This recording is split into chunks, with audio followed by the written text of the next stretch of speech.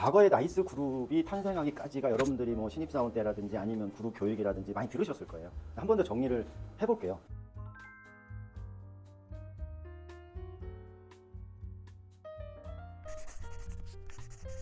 시기를 나눴는데 1990년 이전 이제 경기가 급속도로 성장합니다. 70년대, 80년대. 그리고 베이비붐 세대들이 이 당시에 경제 주역이었죠. 뭘 하든지 돈 다 벌었어요. 가만히 있어도 돈이 벌리는 시대였어요. 문제가 이제 90년대로 넘어갔으면서 97년 11월에 IMF를 맞죠. 이러면서 모든 게 다 바뀌어버립니다. 사실은 이때까지는 평생 직장이었어요.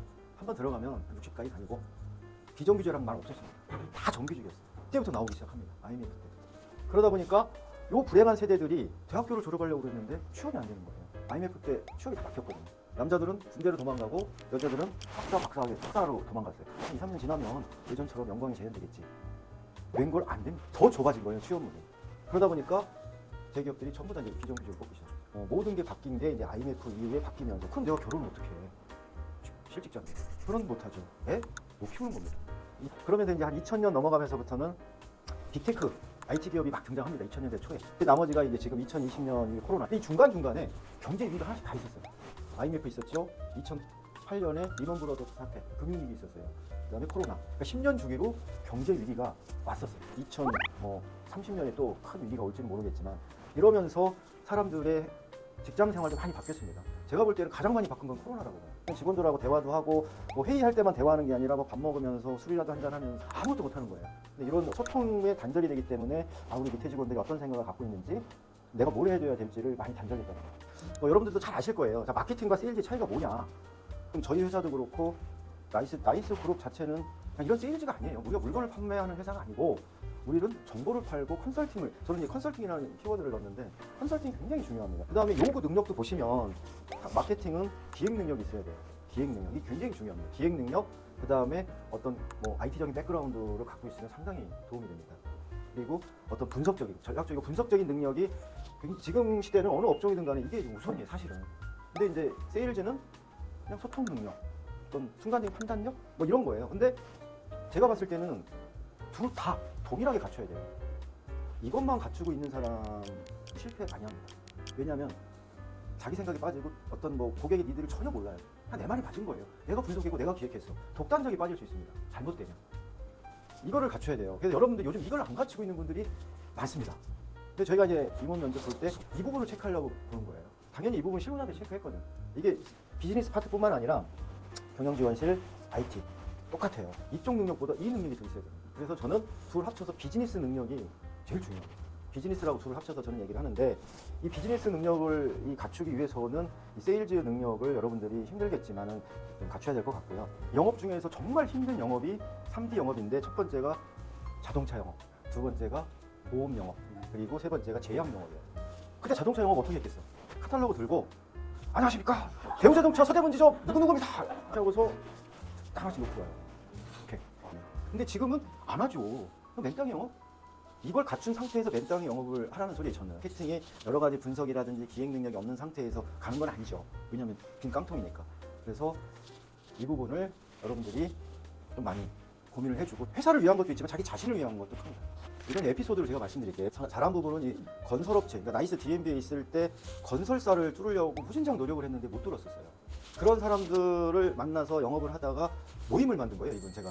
그래서 이제 한 15개 회사를 모임을 만들어서 지금은 친구처럼 지내면서 DMB 영업, DNR 영업 정보도 많이 받고 도움을 많이 받습니다. 여기 멤버에는 공정위 출신의 건설 담당 사무관 퇴직하신 분도 들어가 있고 하다 보니까 이제 어떤 정보력도 좀 되게 좋아졌던 부분이 있고요. 그래서 이 부분이 성공 사례고, 두 번째는 무슨 비즈니스든지 간에 업종 대표 기업 잡아야 됩니다.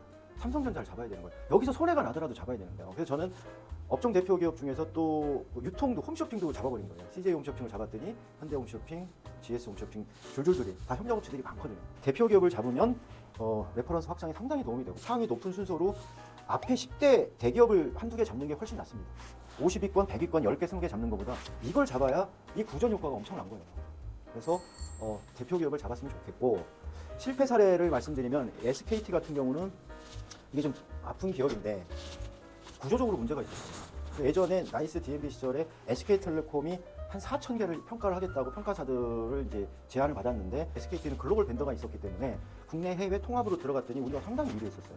거의 90% 되는 줄 알았어요. 근데 안 됐어요, 제가. 지금까지 못 들어가고 있어요. 이게 2005년이거든요. 한번 이게 시스템하고 얽히고 들어간 거에 대해서는 바꾸기가 힘들어요. KT는 나이스 평가정보랑 나이스 DMB가 경쟁에서 들어가다가 패배한 상황입니다. 예. 둘 중에 하나만 양보했으면 됐는데 서로 우리가 하겠다 한 거예요. 그러니까 KT 입장에서는 아니 나이스 그룹에서 두 개가 들어오지 말고 하나만 들어와라. 거기 쓸게. 왜냐하면 경쟁사 하나하고 나이스 그룹 하나 이렇게 두 개 쓸게. 하여튼 그래서 계약이 좀 실패한 사례가 있습니다. 어드바이스를 드리면 직장생활 하면서 적을 만들지 마세요. 내가 아무리 일하는데 힘들고 짜증이 나고 하더라도 만약 내가 이제 순간적으로 실수를 하거나 좀 했으면 꼭 미안하다고 나중에 얘기해 주세요. 풀어야 돼. 이게 굉장히 중요하고요. 두 번째는 이제 넘버 원, 투. 이 관계 굉장히 중요합니다. 상품 계획 아무리 잘하는 것보다 이게 나아. 예를 들어 생각해봐. 실장하고 팀장 관계가 굉장히 안 좋아. 밑에 팀원들 죽어요. 여러분들 나중에 조금 더 성장해서 넘버 투로 가면 넘버 원하고 맞춰야 돼요. 나하고 생각이 틀린데? 이거 안 돼요. 내가 손해가 나. 그러니까 한번 물러날 줄 알아. 그래서 이제 세 번만 참아라. 이 부분도 똑같은 말인데 그만두고 싶을 때 많잖아요. 내 직장 팀장 진짜 욕해주고 나가고 싶을 때도 많고 세 번만 참으세요. 저는 사실은 이 세 번만 참아라를 항상 가슴속에 좀 신조로 생각하고 있는데 직원들한테 기회를 줄 때도 세 번은 기회 주자 이런 생각을 갖고 있어요. 그다음에 이제 이 부분은 이제 정보력. 저는 최근 이게 더 중요하다고 생각을 해요.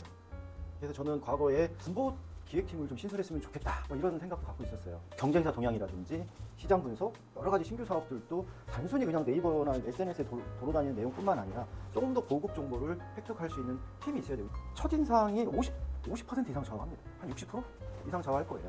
제가 아마 일부 직원들한테 얘기했을 텐데 3개월만 열심히 해라. 3개월만 하면 다 끝난 겁니다. 나중에 잘못해도 얘는 원래 잘하는 애인데 실수를 이랬을 거야.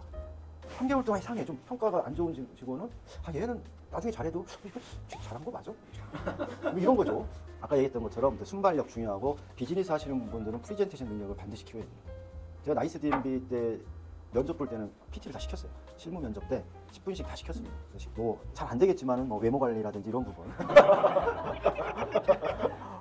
대부분 여러분들이 아는 내용이에요. 근데 제가 말씀드리는 거는 이제 여러분들이 내가 3년을 다니든 5년을 다니든 10년을 다니든 내가 지나간 발자취에서 좋은 회사의 이미지를 남겨줘야 여러분이 성공할 수 있습니다.